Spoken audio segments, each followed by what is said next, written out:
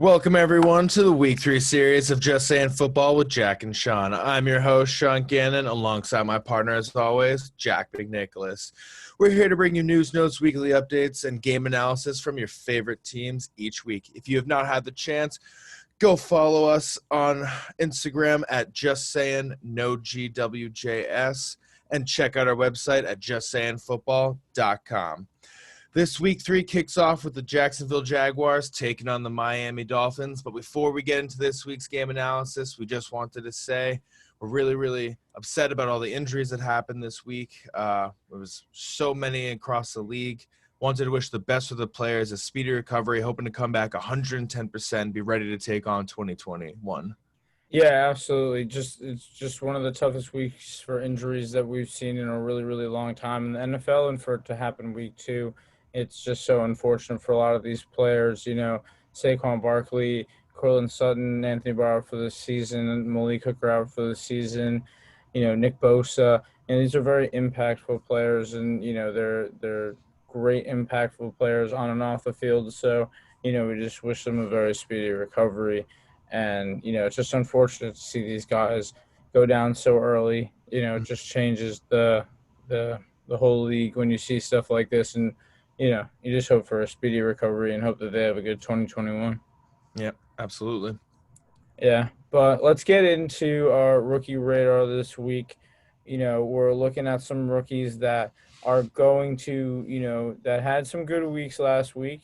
And, we expect a repeat this week. And who are you feeling today? This week, Shanzi, who are you feeling? Jonathan Taylor, without a doubt. Coming in after a week 2 performance, putting up 26 attempts for 101 yards and a touchdown. His receptions were a little bit lower. He only had 2 targets, 2 receptions, 9 yards, compared to his week 1, 6 receptions, 6 targets for 67 yards.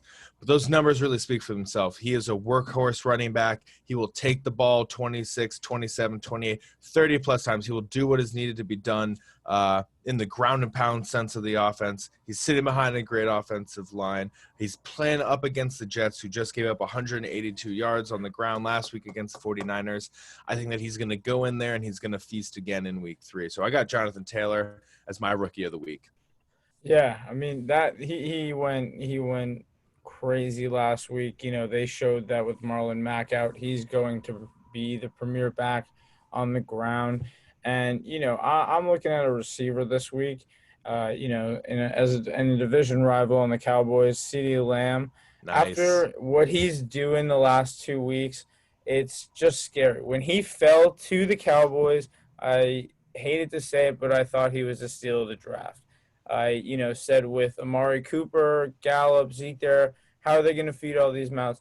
They have found a way to feed him. And last week, in an incredible comeback by the Cowboys, he was really involved. They threw 47 times last week. Mm-hmm. Dak looked his way 9 times. He was able to bring in 6 catches. He had his first 100-yard game in the NFL. Next week, I'm expecting him to have a huge week. Seattle, they had a great week on offense. Russell Wilson threw a lot of touchdowns, but they gave up 397 yards to Cam Newton. Yep. And that's tough to argue when Dak threw 450 yards last week against Atlanta. And I see Seattle as they're the 32nd ranked defense right now. They're dead last in passing.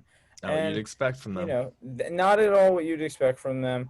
They've had some tough breaks, but this coming in this week, I expect CeeDee Lamb to be very involved against a secondary that's going to have to cover Amari Cooper. They're going to have to cover Michael Gallup, and they're going to have to account for Ezekiel Elliott on every single play. Mm-hmm. So, this week I'm looking at CeeDee Lamb. I'm looking for him to get his first touchdown. I'm looking for him to really, expand on what he's been doing and get more involved this week. And, speaking of this week, we're kicking off with Miami, Jacksonville, Thursday night.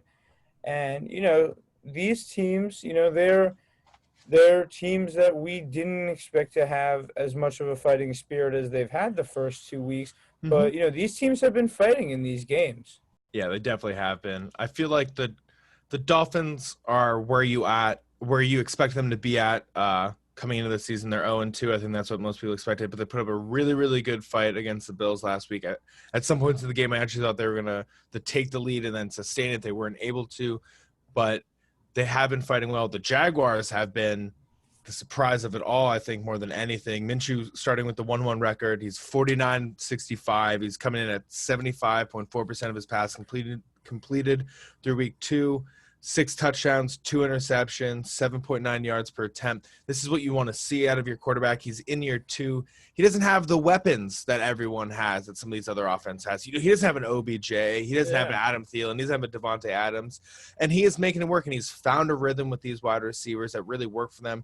The running back situation looks great. James Robinson has 32 attempts for 164 yards through the opening 2 weeks. He's looking really, really clean on the ground. He just sort of fits with this offense. The Jaguars have something to be looking forward to about, I think, with this young quarterback situation. Yeah, and I mean, with Gardner Minshew, he actually looked great last week against the Titans. And the Titans, they played very well on offense. That was a game where Jacksonville had to keep up with the score. And they lost 33-30. And, Minshew had a pass deflection that was intercepted by Harold Landry. And, with only 50 seconds left. So they were driving up the field. They looked good. I see a lot of confidence in Minshew, and earlier in the season he said, if these guys are trying to rebuild, I'm not going to let them. I'm going to try to win. I think that he just wants to show that he can be the guy there. And, on a short week, when he can go and try to show it one more time, why not? I see a lot of confidence in him. Like you said, his accuracy has been incredible.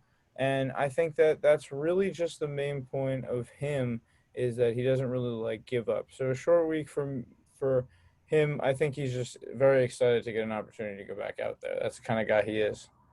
Yeah, I absolutely agree with you. I think on the flip, when you're looking at the Dolphins, Fitzmagic has been a little bit less magic so far this year.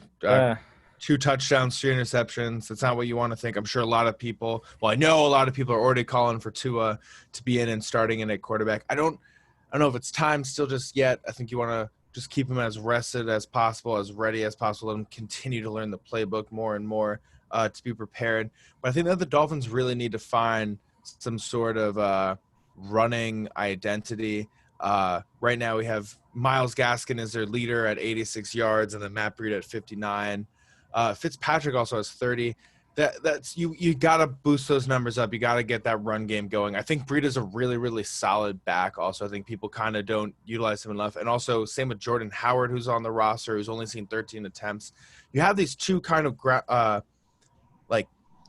powerhouse running backs that can just sort of take on the load and run the ball. And I want to see more of that. I want Fitzpatrick to be able to sit back in the pocket and feel comfortable just being able to hand off the ball. But it's hard for me. I'm going to say it now. I think the Jaguars are going to win it. It's hard for me to really get excited over what the Dolphins can do. I just think the Jaguars have a better offense, and it's going to be that offense that's really going to carry them. I think you're kind of looking at these defenses are roughly around the same. The Jaguars perform a little bit better, but I'm going to go with the Jaguars, man. I just think you have to and take Minshew magic for what he's given you. Yeah, I mean, when you're comparing these two quarterbacks, it's just a young guy. It's like Minshew said this morning in his press conference. He said he has to respect his elders. And it's because there's these two guys. They are both journeymen in very different ways. But, right now you have to take Minshew, the way he's playing, this accuracy. He doesn't have – neither of these guys have the weapons, but they're getting it done. And, Minshew showing us, what he did in week 1, his accuracy. He carried that out last week with confidence. And I think that, he's really riding this confidence. I think that he has to get DJ Chark more involved in this one. DJ Chark has 100% catch rate this year, but he did not practice this week. So he's really actually going to have to, he's going to have to rely on Keelan Cole, and he's going to have to rely on rookie Laviska Shenault. And those guys both have, touchdowns so far this season. They've been reliable for Minshew. Keelan Cole has kind of been a guy who's bounced around from, playing to not playing. And now, he's had 11 catches in 2 games for, on 12 targets. He's been very good at holding on to the football and, getting separation on his routes. And, he has 100 yards so far in the season, but he has He has 15 yards per catch. This guy is making good plays. So, he's not a big name, Keelan Cole, but I think that he could be a factor for a big fantasy night tomorrow. I think that he could be a guy that, just sees a lot of targets. And I think that Laviska Shenault, he plays so big. I think he's going to get thrown a lot of 50-50 balls by Minshew. I think they're going to try to give him a couple goal line opportunities. There's things that we haven't been able to see that we saw in college from Laviska Shenault. So I really want to see how Gardner is able to, just kind of use this passing offense to help him transition and really use him to his full potential. Yeah, and on the flip, just looking at the Dolphins offense again, I think I want to see another big night from Gesicki. He went off last week against the Bills, had a really, really good outing. I want to see more from Devontae Parker. He only has 100 yards right now through the opening 2 weeks. He just signed his contract. He has 1 touchdown. He's averaging 11.1 yards per reception. That's solid. But he's a big wide receiver. You're talking about Laviska, about throwing the 50-50 ball. He's one of those guys that you send him on the deep streak route, you can hit him on that really deep ball. Fitzpatrick has still a pretty solid arm. I think that I want to see Devontae Parker get more involved in this offense as well. I think that he offers a lot more than what he's doing right now. He did such a great job last year, and I want to see him build on that even more this year. Yeah, I think that the Dolphins are all about building this year. After last year, they basically sold half of their starters, for draft capital, and they're building this team with really young guys. One guy who, with a lot of late round picks that they've been able to show is talented. Like we were saying before, Myles Gaskin, as you mentioned, he's leading the team in, yards. He's been the top running back for them. He also has 10 receptions on 11 targets. This guy can catch the ball. Mm-hmm. And last year, after they went through Kalen Ballage, they went through all these running backs, they got Breida and they got Howard, and they really wanted to be able to use these guys in the committee. But Gaskin is really emerging as somebody who can come out and, get it done on all 3 downs. And that's going to hurt Jordan Howard and Matt Breida in the long run. In the long run, they won't really get to see these carries. They're already not seeing them. Jordan Howard is getting a bulk of the goal line carries. That's why his average, he's only averaging 0.8 yards per carry, but he's only been getting this ball within the 2-yard line, trying to get it in. And that's, they need somebody who can run all 3 downs, who can be a threat, and they can build an offense around that. And I think Myles Gaskin is going to be one of those guys who actually comes out this season and gives them a little bit of hope in the running game. Yeah, and just again, speaking of running game, want to highlight James Robinson, just really doing a great job for the Jaguars after they let go of Leonard Fournette. A lot of people are wondering, what is that running back situation going to look like? Who is going to emerge as running back 1?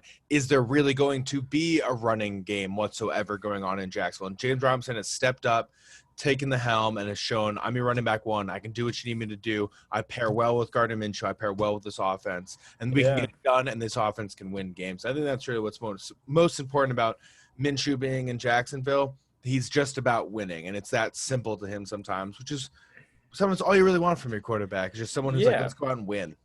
You just really want somebody like Minshew who doesn't really care that, the team is, trying to go in one direction and build. And, some people are saying that they were going to tank this year. I don't think that's true anymore. I think they are going to build around Minshew. And I think that this is an early start and a good opportunity for him to go up against the defense in the Dolphins that, right now in the first 2 weeks is ranked 30th. They're not going to, pose a huge threat to him. He played well against the Titans, who have a good defense. And, I'm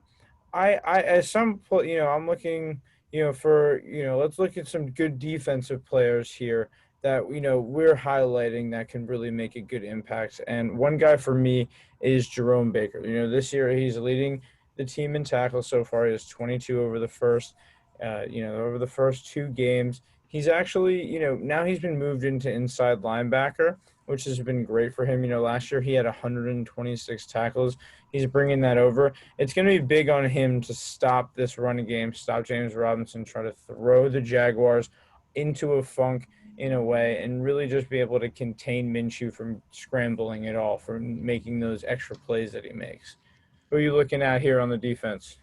Yeah, I'm looking at the Jacksonville Jaguars. I'm looking at Josh Allen. He had a Pro Bowl season his rookie season. He only has 2 assists, no sacks, no solo tackles, no tackles for loss. I'm expecting him to really start to get going. He has the Dolphins do not have the best offensive line, so he has an easier route to get to the quarterback coming into this week.